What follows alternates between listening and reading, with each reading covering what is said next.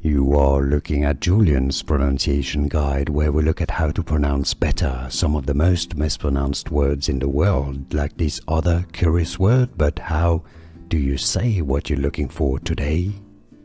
An interesting name pronunciation. For reference, in Italian it is pronounced as Ginevra, a feminine given name used in medieval and Renaissance Italy.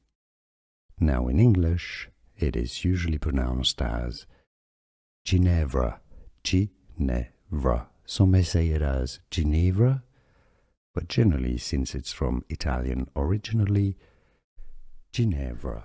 Here are more videos on how to pronounce more confusing words and names too many mispronounced. Like this video if you found it useful. I appreciate your support. I'll see you soon and thanks for watching.